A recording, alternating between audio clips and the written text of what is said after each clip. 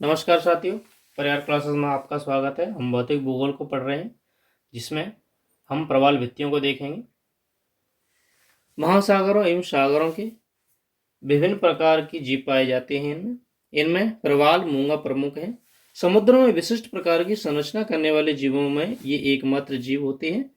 प्रवाल का शरीर अत्यंत ही कोमल डोलोमाइट और चूने से निर्मित होता है, जो कि स्पंज जैसा प्रतीत होता है। अपने कोमल शरीर की रक्षा करने हेतु यह समुद्र से चूना लेकर कठोर घरौंदी की रचना करता है। प्रवाल जीवों की यह प्रवृत्ति समुद्र में एक विशेष प्रकार की संरचना की सृष्टि करती है, जिसे हम प्रवाल भित्ति या कोरल रीफ कहते हैं। सभी प्रवाल इन घरौंदों की रचना करते हैं और जब मरते हैं तो इनके ऊपर दूसरे प्रवाल अपनी रचना की क्रिया प्रारंभ कर देते हैं, जिससे लंबे समय के बाद भित्ति जैसी आकृति बन जाती है। प्रवाल भित्तियों की रचना प्रत्येक महासागर एवं प्रत्येक स्थान पर संभव नहीं हो पाती है। उसके लिए कुछ स्पेशल कंडीशंस हैं, जिसे हम देखते हैं। जैसे कि पहली कंडीशन ये है कि प्रवाल जीव हमेशा उच्च तापमान में ही बढ़ते हैं। उष्ण कटिबंधीय क्षेत्र, जो कि 20 डिग्री सेंटीग्रेड तापमान से अधिक हैं, इनका विस्तार 30 डिग्री उत्तर और 30 डिग्री दक्षिणी अक्षांशों के मध्य पाया जाता है। प्रवाल जीव समुद्रों में 200 से 250 फीट की गहराई पर सरलता से पनपता है। इससे अधिक गहराई पर सूर्य की किरणें न मिलने से ये नहीं पनप पाती हैं, यानी कि कम गहराई वाले समुद्रों में ये अधिक पनपते हैं। अत्यधिक लवणता इनके लिए हानिकारक होती है, क्योंकि इनमें चूने कार्बोनेट की कमी होती है, जबकि चूना इसका प्रमुख भोजन होता है। यानी कि लवणीय जल में इनका निर्माण नहीं होता है, शुद्ध जल होना चाहिए। लवण रहित ताजा जल भी प्रवाल की उत्पत्ति के लिए हानिकारक होता है, इसलिए प्रवाल नदियों के मुहाने पर कम पाए जाते हैं। प्रवाल के लिए तलछट से युक्त कुछ स्वच्छ जल चाहिए। अत्यधिक मिट्टी वाला गंदा जल कीड़े यानी कि कोरल पॉलिप के विकास का बाधक होता है।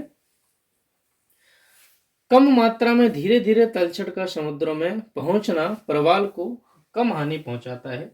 इसके लिए ऑस्ट्रेलिया के पूर्वी तट पर अनेक नदियों पर द्वारा मुहाने बनाने के बावजूद भी बृहद प्रवाल भित्ति निर्मित हो गई हैं। ग्रेट बैरियर रीफ ऑस्ट्रेलिया के पूर्वी तट पर ही है। सागरीय तरंगों तथा धाराओं प्रवालों के लिए भोजन लाती हैं।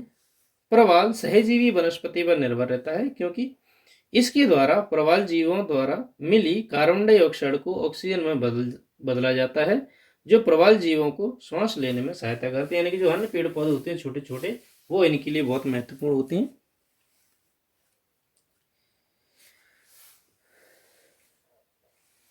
प्रवाल जीवों के विकास के लिए अंतः महासागरीय चबूतरे महत्वपूर्ण होते हैं, क्योंकि ये चबूतरे प्रवालों के घरौंदे बनाने में अत्यधिक सहायता करते हैं। प्रवालों को कई प्रकार में बांटा गया है। इनकी उत्पत्ति एवं आकृति के आधार पर भी बांटा है और स्थिति के आधार पर भी बांटा जाता है।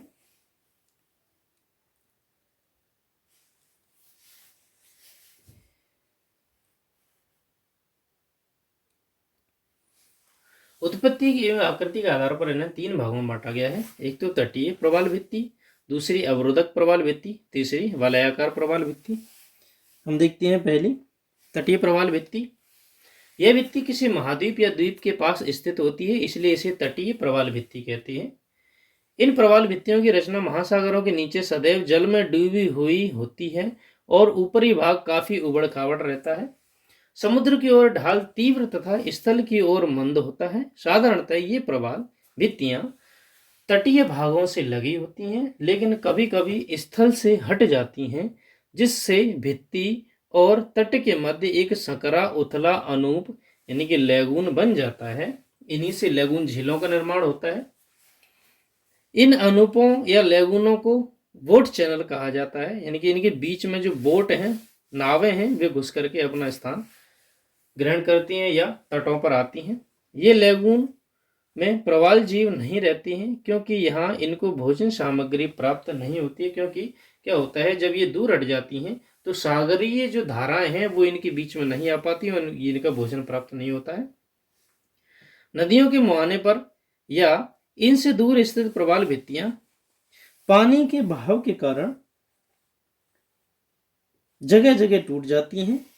इस कारण से जो प्रवाल भित्तियां, ऐसी प्रवाल भित्तियां कहाँ पर हैं, एक तो फ्लोरिडा में, अंडमान निकोबार द्वीप में, मलेशिया में और मकाओ द्वीप के निकट ऐसी प्रवाल भित्तियां पाई जाती हैं। अगली हैं अवरोधक प्रवाल भित्तियां। इस प्रकार की प्रवाल भित्ति समुद्र तट से कुछ दूर हटकर एवं तटों के समानांतर बहुत बड़े आकार में स्थित होती हैं। ये प्रवाल भित्तियां बृहद होने के कारण जगह जगह डूबी रहती हैं, जिससे इनके बीच लैगून की स्थिति महासागरों से संबंधित रहती है।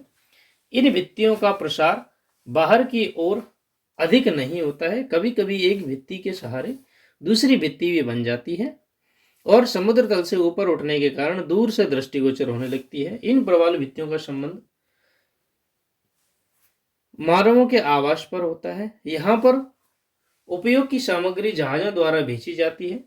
विश्व की सबसे बड़ी अवरोधक प्रवाल भित्ति ऑस्ट्रेलिया के पूर्वी तट पर बृहद प्रवाल रोधिका यानी कि ग्रेट बैरियर रीफ के नाम से जानी जाती है।